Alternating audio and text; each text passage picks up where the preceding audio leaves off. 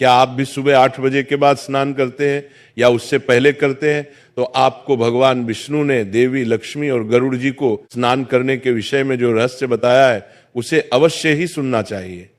स्नान कब करना चाहिए, कैसे करना चाहिए, स्नान करते समय कौन सा मंत्र बोलना चाहिए, नहाने के पानी में किस दिन क्या डालना चाहिए, तथा स्नान के बाद सबसे पहला काम क्या करना चाहिए जिससे जीवन में सकारात्मक ऊर्जा का प्रवाह बढ़े, दुख दरिद्रता का नाश हो जाए और सुख समृद्धि में वृद्धि हो जाए।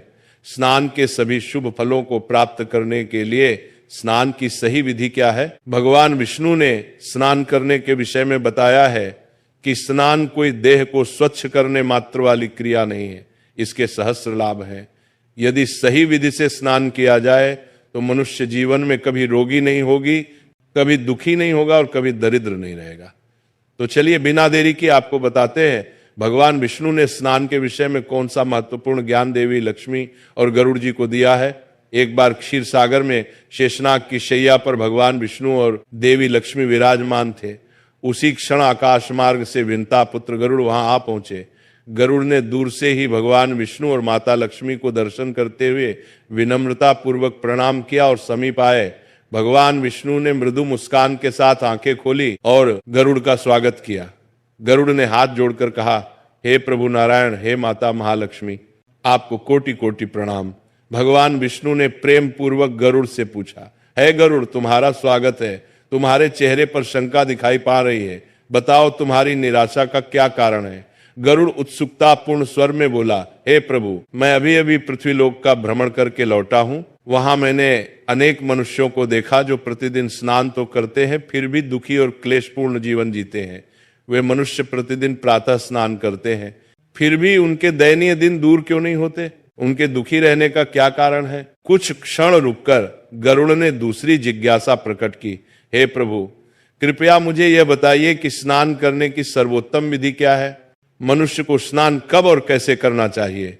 फिर गरुड़ ने माता लक्ष्मी की ओर देखकर कहा, हे मां लक्ष्मी, पृथ्वीलोक में अनेक स्त्रियां नित्य प्रति स्नान कर आपकी पूजा अर्चना करती हैं, किंतु फिर भी उनके घर में आपका वास नहीं होता। उनके जीवन में दरिद्रता और अशांति बनी रहती है, ऐसा क्यों? गरुड़ के मुख से एक के बाद एक प्रश्न सुनकर भगवान विष्णु मंद मंद मुस्कुराए। माता लक्ष्मी ने भी गरुड़ की जिज्ञासा को सराहना भरी दृष्टि से देखा। भगवान विष्णु गंभीरता से बोले, हे पक्षीराज, तुम्हारे सभी प्रश्न उचित हैं। तुमने अत्यंत महत्वपूर्ण विषय पर प्रश्न किया है। स्नान मानव जीवन का एक अनिवार्य कर्म है। स्नान से ही शरीर और मन की शुद्धि होती है और मनुष्य पूजा पाठ जैसे पवित्र कर्मों के योग्य बनता है। प्रतिदिन स्नान करना अत्यंत आवश्यक है, परंतु सही विधि और समय का पालन ना करने पर उसका पूर्ण फल नहीं मिलता। हे गरुड़, मैं तुम्हारे सभी प्रश्नों का उत्तर दूंगा, किंतु सीधे उत्तर बताने से पहले मैं तुम्हें एक पावन कथा सुनाता हूं। इस कथा को ध्यान से सुनो, इसमें छिपे ज्ञान से तुम्हारे समस्त संदेह दूर हो जाएंगे। गरुड़ जी ने उत्सुकता प्रकट करते हुए कहा, हे प्रभु, आपके मुख से इस कथा का श्रवण करना मेरा सौभाग्य है। कृपया मुझे वह कथा सुनाइए, मैं इसे ध्यान से पूरा सुनूंगा। फिर भगवान विष्णु गरुड़ जी को कथा सुनाते हैं जो आज मैं आपको सुनाने जा रहा हूं। इस कथा को सुनने मात्र से ही समस्त तीर्थों में एक साथ स्नान करने का पुण्य मिलता है, इसलिए आप इस कथा को ध्यान से पूरा जरूर सुने। मध्य देश में एक अत्यंत सुंदर नगर बसा हुआ था। उस नगर में एक परम धनवान सेठ निवास करता था। उस सेठ के वैभव की चमक दूर दूर तक फैली थी। उसके महल जैसे घर में किसी भौतिक सुख की कमी ना थी। ईश्वर की कृपा से उसके यहाँ 3 सुंदर कन्याओं ने जन्म लिया था। सेठ ने अपनी तीनों पुत्रियों को बड़े लाड़ प्यार से पाला। उनकी हर इच्छा पूरी की जाती। उन्हें रेशमी वस्त्र, आभूषण और सुख सुविधाओं से भरपूर जीवन मिला। तीनों बहनें रूप और यौवन में अनुपम थी और चंचल स्वभाव से सबका मन मोह लेती थी, किंतु अपनी संतानों को अपार सुख देने के उत्साह में सेठ एक बात भूल गया। उसने अपनी पुत्रियों को धर्म और शास्त्रों का ज्ञान नहीं सिखाया। वे जीवन के आध्यात्मिक और नैतिक पक्षों से हमेशा दूर रही। उसके फलस्वरूप धन, वैभव, सौंदर्य और सुख होते हुए भी उन कन्याओं का जीवन अधूरा था। शास्त्र ज्ञान के अभाव में उन्हें उचित अनुचित का भेद समझ में नहीं आया। जिस ज्ञान और सद्गुण से मानव पूर्ण होता है वही उनके पास नहीं था। समय के साथ तीनों कन्याएं यौवन की दहलीज पर पहुंच गईं। सेठ ने अपने कर्तव्य का पालन करते हुए उनका विवाह सुयोग्य वर से तय कर दिया। तीनों का विवाह बड़े धूमधाम से नगर के प्रतिष्ठित और धनाढ्य परिवारों में हुआ। शहनाई की मंगल ध्वनि के बीच तीनों बहनों की डोली विदा हुई। वे अपने अपने ससुराल के राजमहलों में आदर और प्रेम के साथ ग्रहण की गई। नई दुनिया में कदम रखते ही सास, ससुर और पति ने उनका भव्य स्वागत किया और स्नेह पूर्वक घर की लक्ष्मी कहकर पुकारा। परंतु विलासिता और लापरवाही के चलते उनकी कुछ आदतें बिगड़ चुकी थी। तीनों बहुएं सुबह देर तक सोई रहती, सूर्योदय होने पर भी बिस्तर पर पड़ी रहती। जब उनकी आंख खुलती तो दिन ऊपर आ गया होता था। वे आलस्य से देर से उठती और सुबह जल्दी स्नान करने में उनकी थोड़ी भी रुचि नहीं थी। कई बार बिना स्नान किए ही रसोई घर की ओर चली जाती और भोजन ग्रहण कर लेती। पूजा पाठ तो कभी कभार वो भी बेमन से करती। उनके ससुराल में बड़ी बुजुर्ग महिलाओं ने कई बार उन्हें टोकने का प्रयत्न किया। किसी की सास ने प्यार से समझाया, बेटी सुबह जल्दी उठकर स्नान कर लिया करो, बिना स्नान कुछ मत खाया करो। पर तीनों बहनों ने अपनी सास की बात को अनसुना कर दिया। उन्होंने मुस्कुराकर बात टाल दी और अपने मनमाने शौक पर चलती रही। आलस्य और अनुशासनहीनता उनके स्वभाव में बस चुकी थी। समय बीतने लगा और जल्द ही उन घरों में अशुभ परिवर्तन दिखाई देने लगे। एक के बाद एक व्यापार में घाटे होने लगे। कभी माल की चोरी हो जाती तो कभी बड़ा निवेश डूब जाता। ऋण लेकर भी व्यवसाय संभाले नहीं संभल रहा था। स्थिति यहां तक पहुंची कि उन परिवारों को अपनी जायदाद एक एक कर बेचनी पड़ी। महलों के वैभव को त्याग कर अब वे साधारण झोपड़ी में रहने को विवश हो गए। परंतु वे तीनों बहनें तंगहाली और कष्टमय जीवन सहने को तैयार नहीं थी। झोपड़ी में उनका मन बिल्कुल नहीं लगा। आखिर में वे अपनी ससुराल छोड़कर लौटकर अपने पिता के घर आ गई। अचानक तीनों पुत्रियों को द्वार पर देख सेठ चकित रह गया, परंतु संतानों के प्रति प्रेम में उसने बाहें फैलाकर उनका स्वागत किया। अपनी दुखियारी बेटियों को गले लगाते हुए उसने स्नेह से कहा, कोई बात नहीं, तुम अपने ही घर आई हो। बेटियों के वापस आ जाने से सेठ को आत्मिक शांति मिली, किंतु जल्द ही उसने गौर किया कि उनकी दिनचर्या अब भी नहीं बदली थी। मायके में भी वे पहले की तरह देर से सोकर उठती और बिना नहाए आराम से रसोई से भोजन ले लेती। इधर पिता अपनी ओर आती विपत्ति से अनजान था। कुछ ही समय में सेठ के व्यापार में भी अजीब कठिनाइयां आने लगी। सौदे विफल होने लगे, बाजार में उसकी विश्वसनीयता घटने लगी और धन हानि का सिलसिला शुरू हो गया। दिनों दिन हालत बिगड़ती गई। सेठ सोच में पड़ा था कि ऐसा कैसे हो रहा है, उसके समृद्ध व्यापार में हानि ही हानि क्यों हो रही है। उसे समझ नहीं आया कि यह अनर्थ किस कारण घट रहा है। अंततः हताश होकर सेठ ने ईश्वर का स्मरण किया। रोज की चिंताओं ने उसे तोड़ दिया था। एक रात वह सितारों भरे आकाश की ओर देखकर बोला, हे प्रभु, ये कैसी विपत्ति है, मेरा तो सब कुछ उजड़ता जा रहा है, कोई राह दिखाओ। उसकी आंखों से आंसू टपक पड़े। उस दुख भरी पुकार के कुछ ही समय बाद एक दिन सेठ के द्वार पर एक दिव्य तेजस्वी साधु पधारे। साधु वेशधारी कोई और नहीं, स्वयं भगवान विष्णु थे, जो सेठ की विपदा हरने मानव रूप में आए थे। साधु के रूप में विष्णु के मस्तक पर जटाजूट सुशोभित थी। आंखों में करुणा का सागर लहरा रहा था। उनकी देह से एक दिव्य आभा चमक रही थी। जैसे ही सेठ ने उन्हें देहरी पर देखा, उसके मन को एक अनोखी शांति का अनुभव हुआ। सेठ भागा हुआ आया और श्रद्धा पूर्वक साधु महाराज को भीतर आमंत्रित किया। आदर पूर्वक उनके चरणों को प्रणाम कर आसन दिया और स्वयं हाथ जोड़कर विनीत भाव से सामने खड़ा हो गया। साधु ने प्रेम पूर्वक उसका अभिवादन स्वीकार किया। सेठ ने तुरंत एक ताम्र पात्र में जल लाकर उनके चरण धोए। उस जल से उठती पवित्रता मानो समस्त घर में फैल गई। सेठ ने भरे मन से कहा, स्वामी, आपने मेरे द्वार आने का कष्ट किया, मेरा जीवन धन्य हो गया। दिव्य पुरुष ने सेठ के मुख की उदासी को देख लिया और स्नेह भरे स्वर में पूछा, वत्स, तुम्हारे चेहरे पर चिंता की रेखा स्पष्ट है, मुझे अपने हृदय का दुख बताओ। सेठ का जैसे बांध टूट गया। उसने अवरुद्ध कंठ से उस पर जो बीती है वो सुना डाली। स्वामी, कभी मेरा घर धन धान्य से भरा था। 3 पुत्रियों के विवाह धूमधाम से किए, पर उनके ससुराल में प्रवेश करते ही वहां विपदा आ गई। सेठ ने आगे कहा, उनके पतियों का व्यापार चौपट हो गया, परिवार कंगाल हो गए। मेरी बेटियां दुखी होकर मायके लौट आई। सोचा यहां सुख से रहेंगी, परंतु प्रभु की लीला देखिए, अब मेरे अपने व्यापार में भी भारी नुकसान होने लगा है। सेठ ने अपनी बेटियों को भी पास बुला लिया। तीनों झुकी नजरों और व्याकुल हृदय से साधु के सामने खड़ी हो गई। सेठ बोला, महाराज, यही मेरी बेटियां हैं जिनके भाग्य का पता नहीं कैसा उल्टा चक्र चल पड़ा है। साधु ने ध्यान मग्न दृष्टि उन तीनों पर डाली। कुछ पल में ही उन्हें दिव्य ज्ञान से सब भेद दिख गया। उन्होंने देखा कि उन बहनों के चारों ओर घोर तिमिर का एक नकारात्मक घेरा मंडरा रहा है। वह नकारात्मक ऊर्जा उनका पीछा एक साए की तरह कर रही थी। जहां जाती थी वहीं अंधकार छा जाता था। साधु का हृदय करुणा से भर उठा।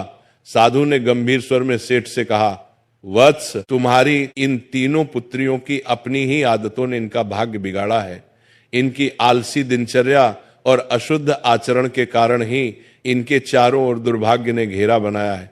तीनों बहनें हतप्रभ होकर साधु को निहारने लगी। साधु बोले, यह सुबह देर से उठती है, सूरज उगने के काफी बाद आलस्य से स्नान करती है या कभी कभी बिना स्नान भोजन कर लेती है।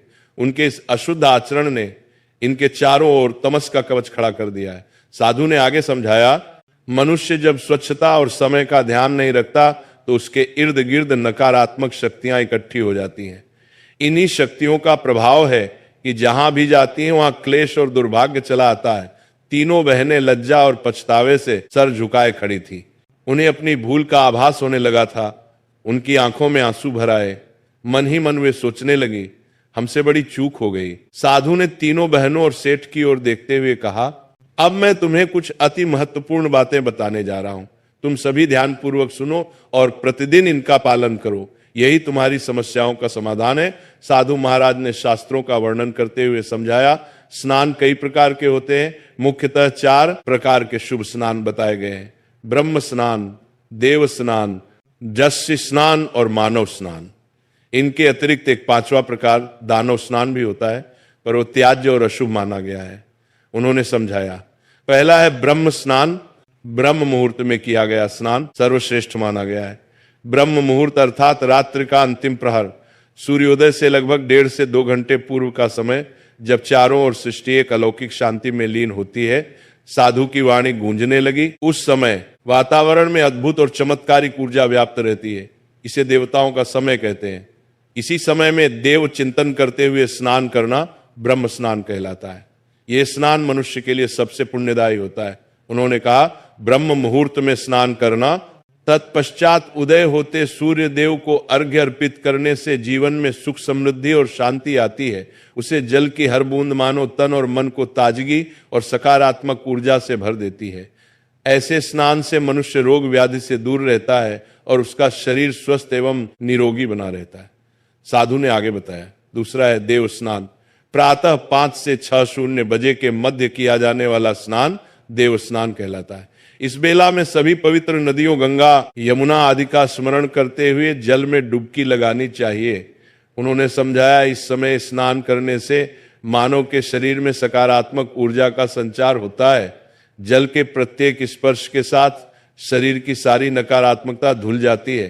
तन ही नहीं, मन भी शुद्ध और पवित्र हो जाता है। साधु बोले, देव स्नान का पालन करने वाले के जीवन में धन संपदा की वृद्धि होती है। उसे सभी भौतिक सुख प्राप्त होते हैं और उसके घर में लक्ष्मी जी का वास बना रहता है। साधु ने तीसरे प्रकार का उल्लेख किया। तीसरा है रश्य स्नान। सुबह भोर में जब आकाश में कुछ तारे अब भी चमक रहे होते हैं, उस बेला में जो स्नान किया जाए उसे रश्य स्नान कहते हैं। यह भी एक श्रेष्ठ स्नान है जो मानसिक शांति प्रदान करता है। इस समय स्नान करने से चिंताएं और विकार मानो जल के साथ बह जाते हैं और मन निर्मल हो जाता है। साधु ने आगे कहा, चौथा है मानव स्नान। सुबह 6 से 8 बजे के बीच अर्थात सूर्योदय के समय या उसके तुरंत बाद जो स्नान किया जाए उसे मानव स्नान कहा गया है। उन्होंने कहा, यह स्नान भी शुभ फलदायी माना जाता है। इस समय स्नान करने से शरीर दिन भर ताजगी, फूर्ति और सकारात्मक ऊर्जा से भरा रहता है। ये ऊर्जा मनुष्य को हर कार्य उत्साह के साथ करने की प्रेरणा देती है। साधु का स्वर अब गंभीर हो उठा, परंतु यह भी ध्यान रखने योग्य है कि सूर्य निकलने के 2 प्रहर बाद तक भी जो स्नान नहीं करता उसका स्नान दानव स्नान की श्रेणी में आ जाता है। उन्होंने चेताया, सुबह 8:00 बजे के बाद किया गया स्नान अनुचित और अशुभ होता है। उस समय वातावरण में दैवीय ऊर्जा बहुत कम हो जाती है। ऐसे में स्नान करने वाले मनुष्य के तन मन में उत्साह और शक्ति का अभाव रहता है। साधु ने स्पष्ट शब्दों में कहा, जो लोग सूर्योदय के बहुत देर बाद तक आलस्य में पड़े रहते हैं और देर से स्नान करते हैं, वे दिन भर सुस्ती, क्रोध, द्वेष और चिड़चिड़ेपन से घिरे रहते हैं। आलस्य और अशुद्धि के कारण उनके शरीर में नकारात्मक शक्तियां घर कर लेती हैं और उनका दुर्भाग्य उनका पीछा करने लगता है।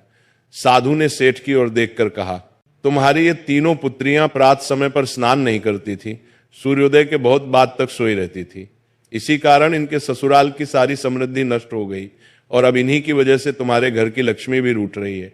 तीनों बहनों को अपने गलत आचरण का असली कारण अब समझ आ चुका था। वे रोते हुए साधु के चरणों पर गिर पड़ी। महाराज, हमसे भूल हो गई, हमें क्षमा करें, हमें उचित मार्ग दिखाइए। उनकी आवाज पश्चाताप से कांप रही थी। साधु ने गंभीर स्वर में कहा, अब मैं तुम्हें स्नान के समय बोला जाने वाला एक अत्यंत महत्वपूर्ण मंत्र बताता हूं। इसे ध्यान से सुनो और स्मरण करो।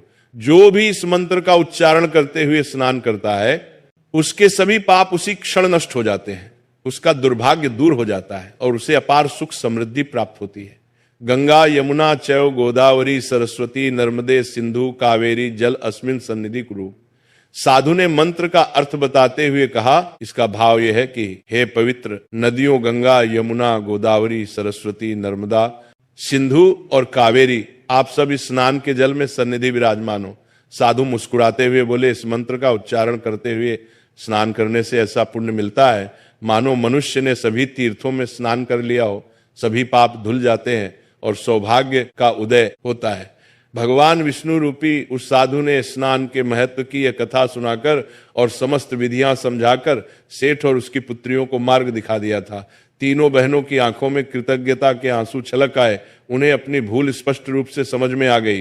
तीनों ने हाथ जोड़कर साधु को प्रणाम किया और कहा, महाराज, आपने हमारी आंखें खोल दी। अब हम जीवन भर आपके बताए मार्ग का पालन करेंगे। सेठ ने भी नमन करते हुए साधु का हार्दिक धन्यवाद किया। साधु रूप में आए प्रभु ने प्रसन्न होकर तीनों को आशीर्वाद दिया, सदा सुखी रहो, तुम्हारे घर में पवित्रता और लक्ष्मी का वास सदा बना रहे। सेठ ने पुनः उनके चरण छुए। पल भर में ही वह दिव्य साधु आंखों से ओझल हो गए। सेठ समझ गया कि स्वयं नारायण उनकी